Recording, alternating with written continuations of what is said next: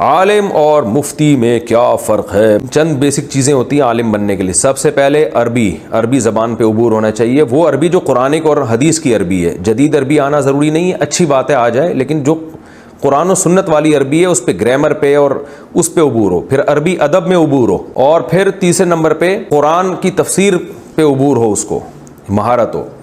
چوتھے نمبر پہ حدیث میں اس کو مہارت ہو.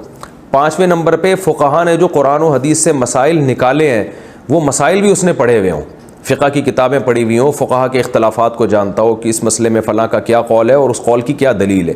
یہ تمام چیزیں جب ایک خاص مقدار میں انسان حاصل کر لیتا ہے تو اس کو عالم کہا جاتا ہے.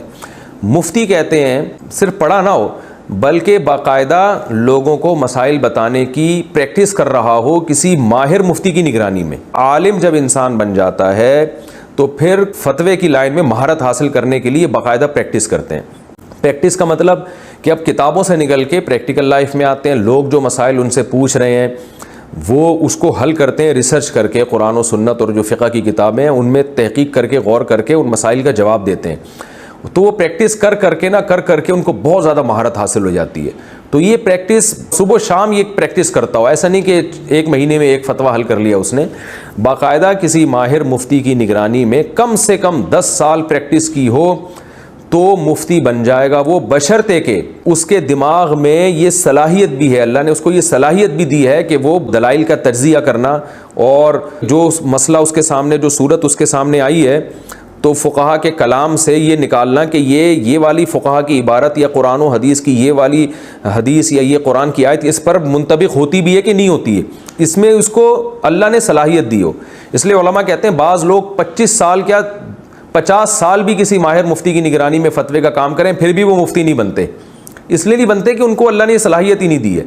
10 سال کم از کم پریکٹس کرنے کے بعد اس کو یہ پتہ چل جاتا ہے کہ جب کسی نے مجھ سے یہ مسئلہ پوچھا ہے تو اس پر قرآن کی آیت, حدیث یا فقہا نے جو مسائل بیان کیے ہیں صدیوں پہلے جس پر پوری امت کا اتفاق ہے, تو وہ مسائل میں سے وہ جزیہ میں سے کون سا جزیہ اس کی اس حالت پر منطبق ہو رہا ہے تاکہ میں وہ دلیل کے طور پر یہاں پیش کر سکوں. ورنہ کیا ہوگا کہ کہاں کی دلیل کدھر لگا دے گا, کدھر کی دلیل کدھر لگا دے گا. خلاصہ کلام کا یہ نکلا کہ باقاعدہ پریکٹس کرتے ہو فتویٰ لکھنے کی, جو مسائل ان کے پاس آتے ہیں ان میں تحقیق کر کے کسی ماہر مفتی کی نگرانی میں پریکٹس کرتے ہو, اور اللہ نے اس کو یہ صلاحیت بھی دی ہو کہ وہ جج کر سکتا ہو کہ کون سی دلیل کہاں فٹ کرنے کی ہے, کہاں منطبق کرنے کی ہے. تو جب یہ صلاحیت کسی میں پیدا ہوتی ہے تو پھر بڑے علماء اس کے بارے میں لوگوں کو بتا دیتے ہیں کہ یہ اپنے نام کے ساتھ مفتی لگا سکتا ہے اور اس کو فتویٰ دینے کی اجازت ہے. یہ باقاعدہ ریٹن فارم میں اپنی مہر کے ساتھ کسی کو فتویٰ دے سکتا ہے یا زبانی فتویٰ دے سکتا ہے. اس کی رائے کا باقاعدہ اعتبار کیا جائے گا. ہمارے ملک میں اس پر عمل نہیں ہو رہا ہے.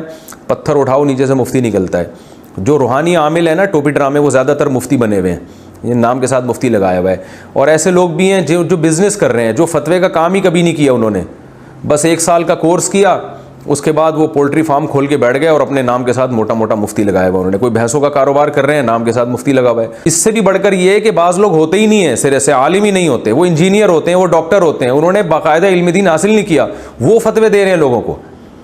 تو کمال کی بات ہے کہ یہ تو قیامت کی علامات میں سے بہت بڑی علامت ہے کہ نبی صلی اللہ علیہ وسلم نے فرمایا قرب قیامت میں علماء آہستہ آہستہ کم ہوں گے, جو ماہر علماء ہیں. تو لوگ جاہلوں کو اپنا مقتدا اور رہبر بنا لیں گے.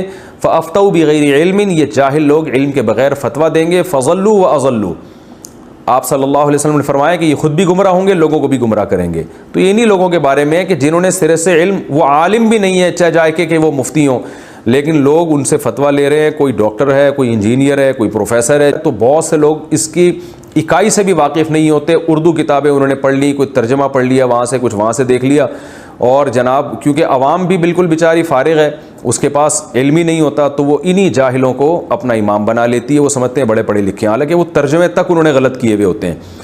تو دعوے کرنے سے نہیں انسان بن جاتا, بلکہ اس دعوے کے پیچھے دلیل ہونی چاہیے کہ آپ کتنے قابل ہیں.